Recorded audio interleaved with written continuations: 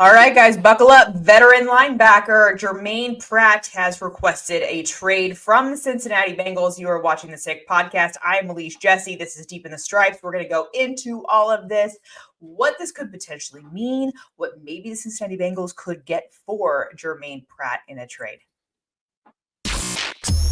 Turn up your volume. Because you're about to listen to The Sick Podcast. Deep in the Stripes with Elise Jesse. From 31 yards, McPherson.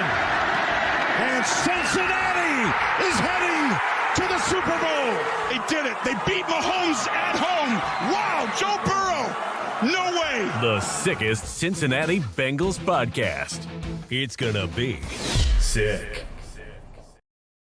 I guess, first of all, are you surprised? Because I am absolutely not. A little taken aback, maybe just because Germaine Pratt and Al Golden have a previous relationship. Al Golden was the linebackers coach back when Cincinnati had their best defense under Zach Taylor, which was the 2021 season. And the 2021 season, obviously, your secondary was making big plays, which included Germaine Pratt. Germaine Pratt was making big plays in that season. That led to a contract extension after the 2022 season. And now he is asking for a trade. You know what? This is obviously speculation because I haven't been able to get a hold of him. It could be a situation where he met with Al Golden and Al was just kind of like, listen, man, linebacker is a young man's game and you are a veteran. And while your mind is very sharp, you're a step behind as far as what we actually need you to execute on the field. That could have been a conversation. It could be a situation where he's trying to make sure that he makes that full $5.6 million that he is expecting to make in 2025. So hopefully, I guess he's hoping that maybe there is another team that would pay for his services and the Cincinnati Bengals would be willing to trade. Maybe they said to his agent, hey, find a team who is willing to trade for Germaine and we will execute that deal. It could be something like that. It could be, Germaine could be in a situation where Lou Anarumo is like, you know what? I recognize that my defense is very complicated for people to understand. And maybe he needs a mind like Germaine Pratt to help the younger guys along in that venture. One thing about Germaine Pratt is that, and all of his teammates will tell you this too, if you slow down the film, if you watch what's going on a play, Germaine notices and realizes what's going on before anybody else on the field. And then he quickly starts to shift and get guys in position. The mind is there. But I do fully believe that linebacker is a young man's game. Logan Wilson still in the linebacker room. He is coming back from a knee surgery, coming back from a shoulder surgery that he had a couple years ago. He's still dealing with that. But Germaine Pratt, I mean, he was one of the leaders on the team. He had 143 tackles, but he also, and this is according to PFF, he also had a team high of 20 missed tackles. And here's the thing with the Cincinnati Bengals. They finished the year 9-8 in a season where Joe Burrow has his best year as a quarterback in the NFL. Jamar Chase triple crowns his way through 2024. Their offense was humming.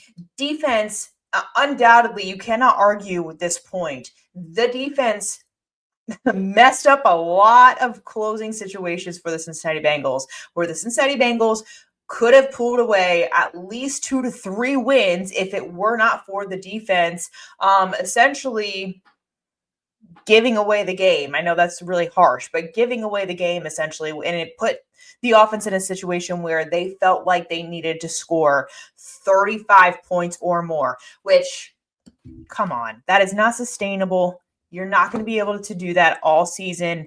It's just not something that you can attain week in and week out for 17, 18 games. It's just not going to happen. So obviously, losing this year highlighted some areas where the Bengals were lacking, specifically on defense in the secondary. Obviously, pass rush was an issue outside of Trey Hendrickson. And, the guys in the secondary, linebacker, safeties, like, they'll all tell you, like, if your pass rush is having trouble, like, that's where it starts. It starts with the line of scrimmage. So if they are not consistently all getting pressure all throughout the line, it makes their jobs more difficult. And so, yeah, not only did he miss a lot of tackles, I think his job was a lot more difficult in 2024. So we will see what the Bengals are able to get from him. Could it a fourth rounder, fifth, sixth? I don't know. It would be interesting to see. But definitely this was the expectation that there would be a significant amount of roster turnover going into 2025. Something had to change. It was just insane to continue to watch this team, this offense perform at such a high clip, and then to watch the defense make other offenses look way better than they actually were. So this is kind of the expectation. Am I personally shocked he asked for a trade? Absolutely not. He was certainly a part of a massive part of the Super Bowl run. You remember that interception that he had to seal the game on Derek Carr. I think that's where Playoff P was born, right? That nickname, Playoff P. But unfortunately, we didn't see it last year. We didn't see a lot of that last year.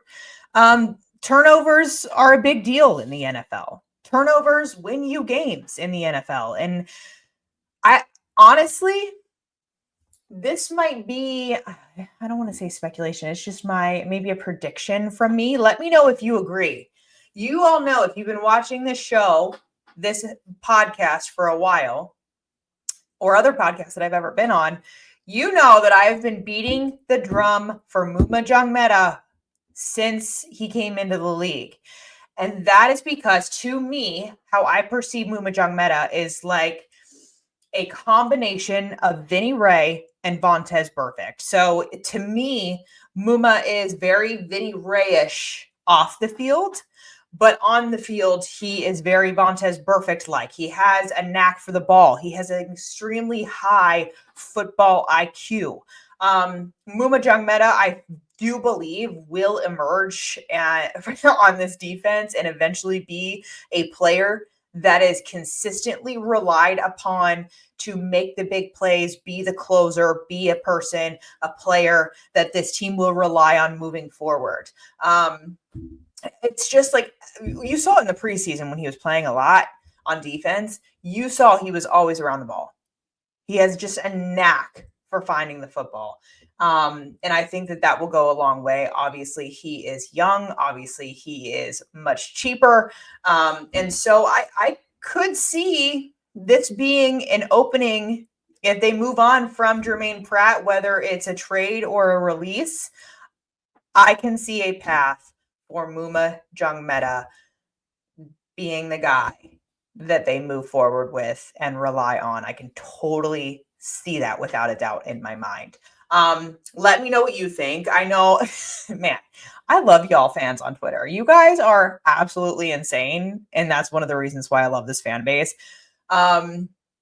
You guys on Twitter are just like teeing off, and it's just such a blast because you guys do not hold back.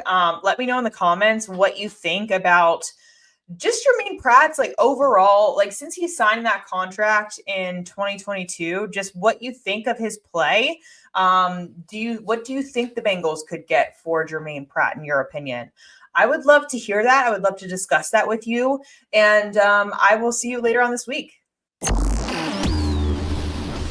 And that's a wrap. Hope you don't miss us too much until next time.